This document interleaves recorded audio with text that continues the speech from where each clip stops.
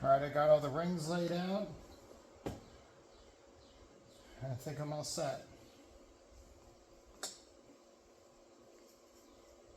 You gotta make sure I remember to put some assembly lube inside where the bearings go. And the outside, after I get the rings in, they'll get a little bit of oil. And then I'll go ahead and clock them as well. All right, piston number 1. These are the oil rings. So they'll go on first. At least one of them will, the bottom will, then the slinger, and then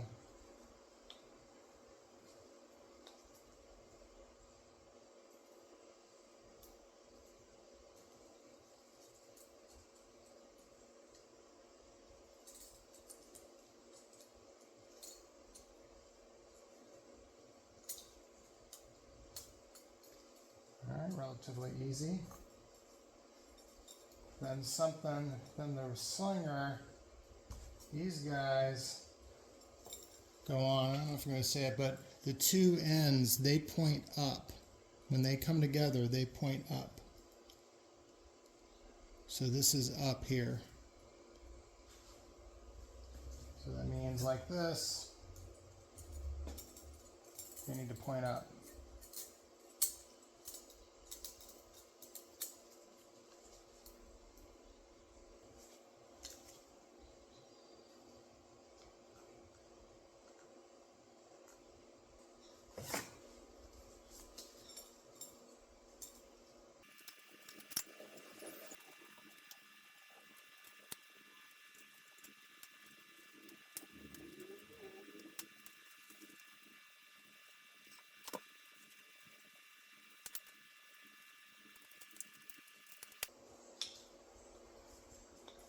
There we go. I'm not quite sure why I was having trouble with piston number 1.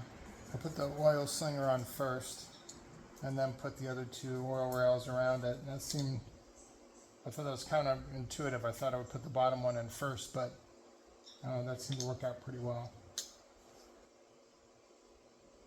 Yep, and this one has the bevels, and there's the top. So that's going to go, that's the second ring. I'm going to try my ring spreaders for these guys and see how that works.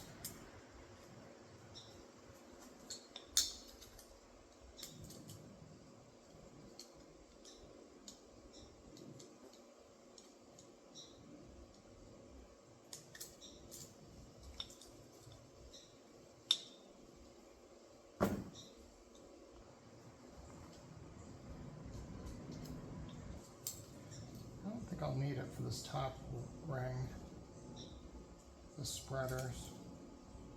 We'll see.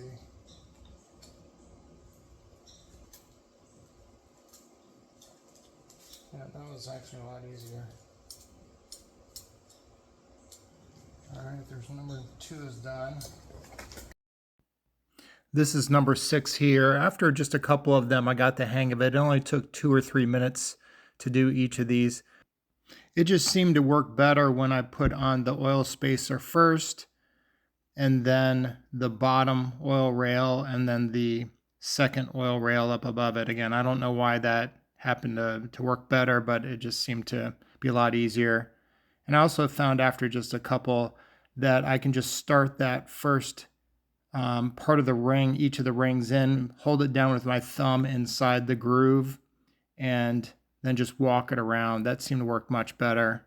So here again, I just put my thumb on it, just walk it around, and set that other end in there. And that was super fast. It was maybe 2 to 3 minutes for each one once I got a couple of them in there. Then here's the second ring. It has a bevel on the bottom, and it actually has the word top written on the top, so you can't get it confused. Some of them have a dot on them, but this one had the word top on it. And again, just put my thumb over the edge and walked it around. Then here's the top ring. Again, it has the word top on it, so you can't get it messed up, but there's no bevel, so it's easy to distinguish between the first and the second rings. And just walked it around. The end was a little bit stubborn at times, but it did go in there relatively quickly. So that was it. I'm going to give this sucker a try.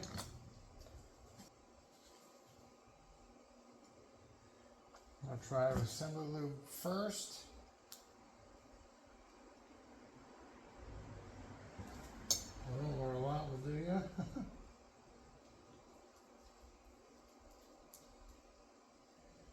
And then put some oil. Oh.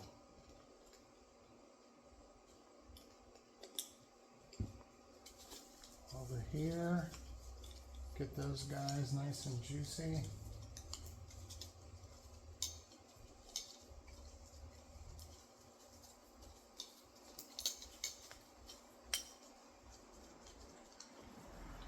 Alright, I read a lot about clocking, and it seems to sort of matter and sort of not, as long as they're not lined up. Basically, the first and second rings are supposed to be 180 degrees off from each other, and the two oil catchers at the bottom there on the third are supposed to be 180, and then the oil slinger in the center part is supposed to be clocked off 90 degrees from those. So I'm going to go ahead and clock the top ring. If there's the front of the car there, I'm going to call that 12 o'clock. Clock it at 4:30. And I'm basically just going to do a crisscross pattern because I tended to see more reference to crisscross pattern. So there's the first ring. The second ring is going to come around. Be 180 off from that. It doesn't have to be exact, but there, maybe you can't see. I'm not sure what. There's the second ring. There's the top ring. So they're going diagonally to there. And then the bottom one, the very bottom ring, I'm going to do it 130.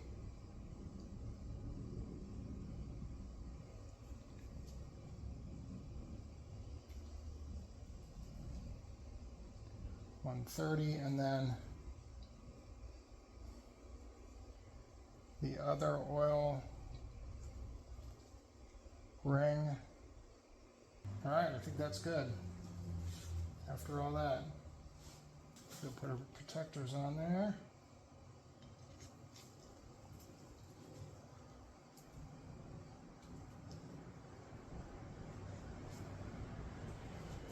And then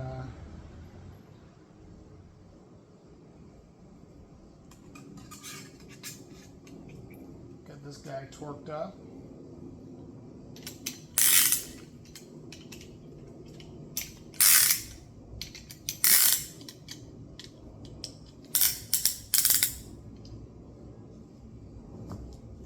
All right, we'll give this a shot. Should be all tightened.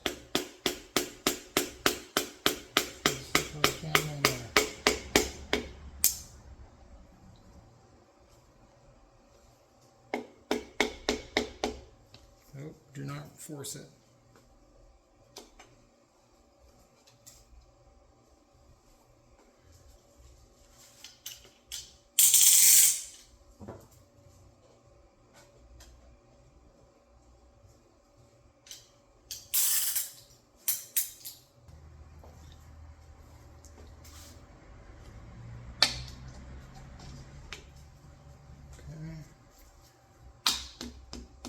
Maybe I didn't tap this top ring down. It needs to be seated just right.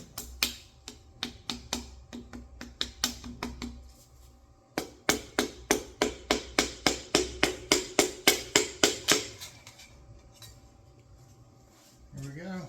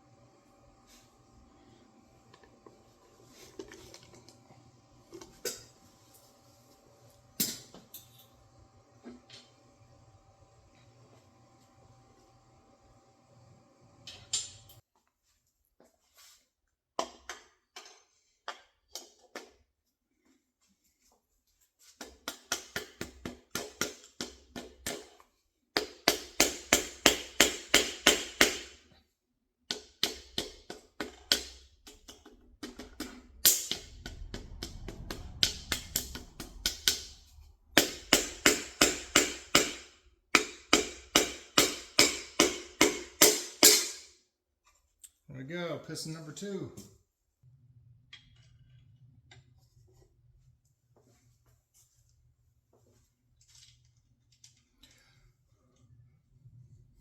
I was going to put them all in, but then I realized that actually I need to be tightening these down and making sure that along the way that none of the pistons are causing any kind of additional or any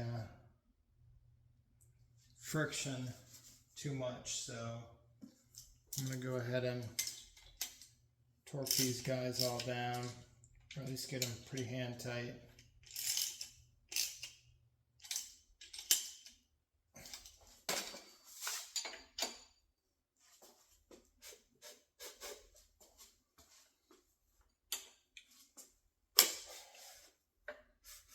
Well, that feels pretty good.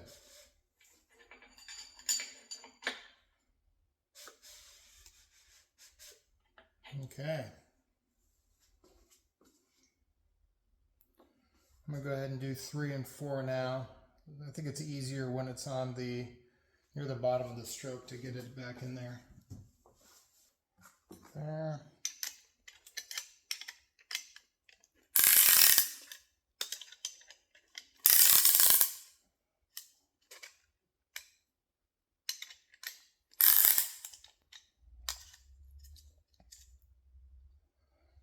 I'm trying to get this thing pretty tight.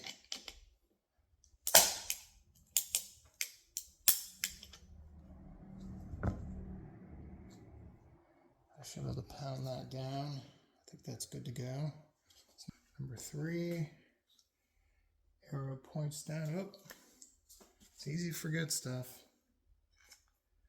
Got little protectors there just in case.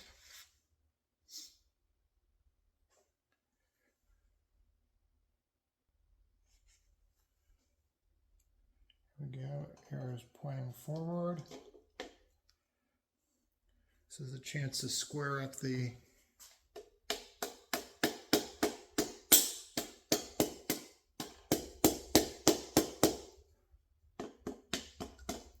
make sure this is nice and flat and level.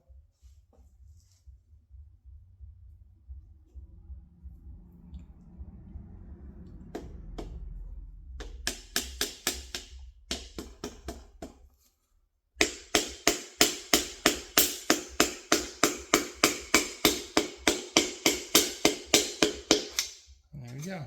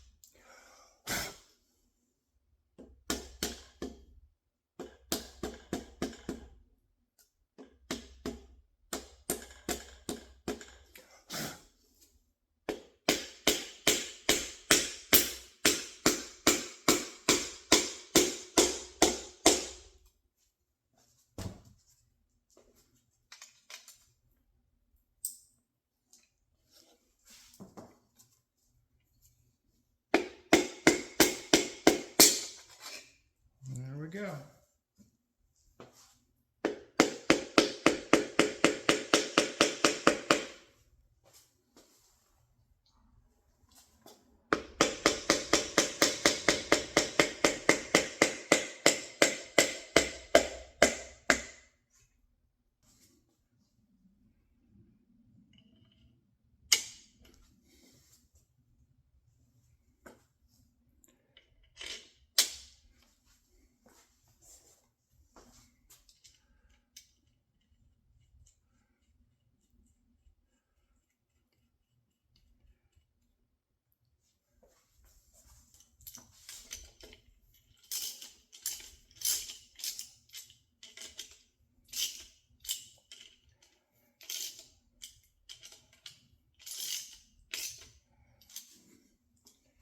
Let's make sure we can turn this thing.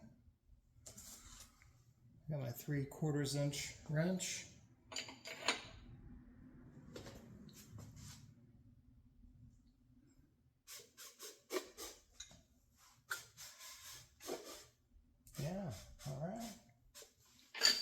that's good. Number 5, last one. Last one here. Crank is at the bottom. Slides in. Tap, tap, tap.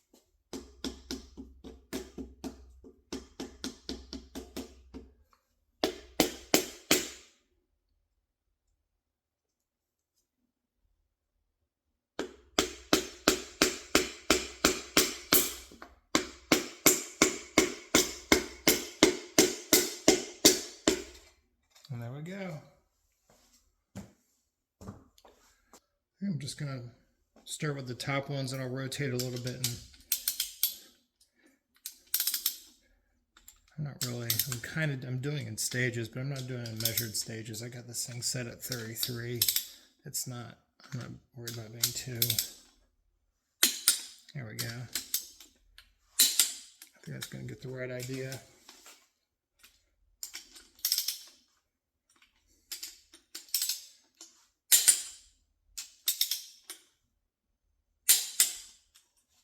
Give a little rotate.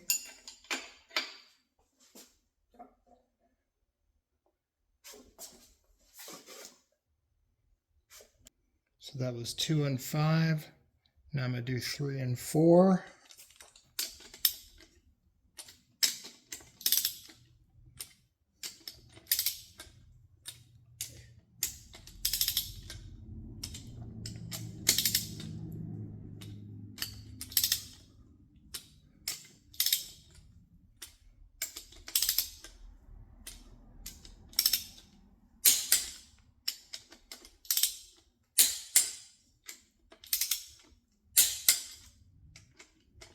And I'd put a little bit of oil on the bottom of the nuts and also in the threads there, the same way that I'd done with the main bearing caps, just so when torquing it, there's no friction.